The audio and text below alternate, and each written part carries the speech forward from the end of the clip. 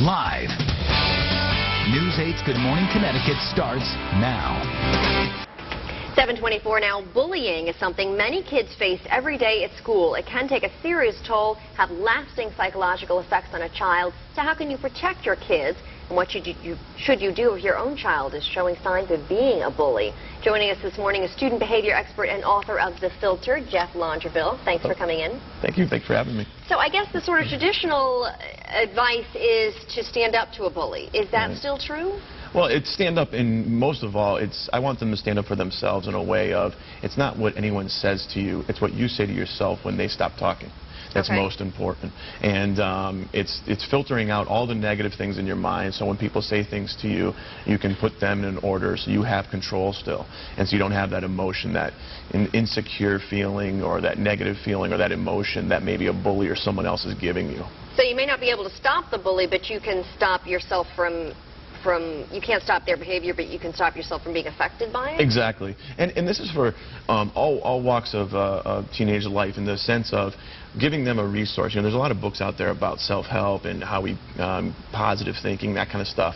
Well, how do we enter the positive thinking into a teenager's mind without clearing out all those mind viruses and all that negativity that makes teenagers do, you know, whether it's through insecurity, whether it's through anger, whether it's through sadness. And it's taking all of those mind viruses out and filtering them out so they can have a good life and control their actions and not just lead their life through emotion, but actually thinking about what's going on, how can I understand it, and make intelligent choices. And how early do you suggest sort of starting this process with your kids? Before they're teenagers or when they get around that age? Well, my daughter's 4 years old, and every morning, every night I say to her, sleep good, wake up better, honey. And what I mean by that is actually filtering out that day. So any time is good, but especially in their teenage years when things don't make much sense and they're just going by emotion and they're, you know, making all their decisions by feeling a certain way and not thinking about what will come, and taking the deep breath and counting to 5 to say, okay, so intelligence can catch up with the emotion and say, okay, this is not a good choice, or this is a good choice, and what am I thinking here, and why am I thinking it?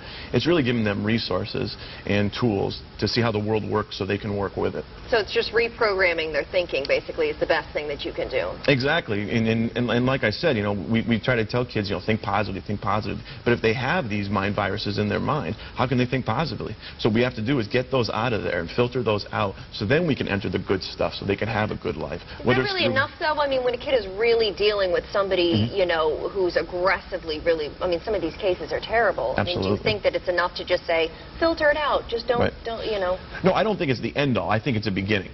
And I think it's tools for their feeling good about themselves and stuff like that. There's a lot of different things they should do. They should still report it. Of course they should report it. They need for it to stop happening to them. Yeah. But what they need to do is also take care of themselves through their own mind, through their own heart, of what they're feeling, so they don't make bad choices in life. And so they really don't believe these names they're being called.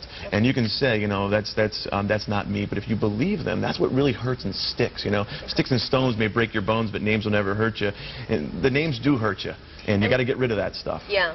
And nowadays we have online bullying as well. There was a case in South Hadley, Massachusetts, of a girl who actually killed herself because of online bullying. It's a whole other segment that people have to deal with. What do you advise parents to do with that? Well, you know, make contact with your kids. Make sure you understand what they're going through.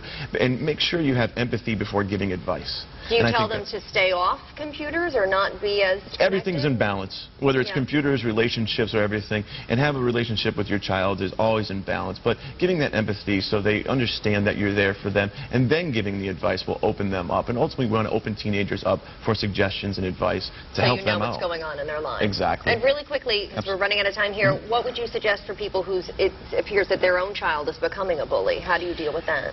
I would talk to them and see what they're getting out of it and why they're doing it. There's a reason why we do everything in life, and we have to find out why they're doing it and show that it can hurt them in life, whether they're the actual bully or receiving what the bully's saying, and just really try to help our kids through resources like the book. Okay, great. Thank you so much. The book is called The Filter. Yes, it is. Tell us how you can find it. TheFilterBook.net, and it's a great resource for parents and teenagers of how the world works. Okay, thank you so much, Jeff Longerville. For more information, you can log on to our website at WTNH.com and click on the Good Morning Connecticut Weekend section. Thank you so much for coming in. Thank you. Still ahead on Good Morning.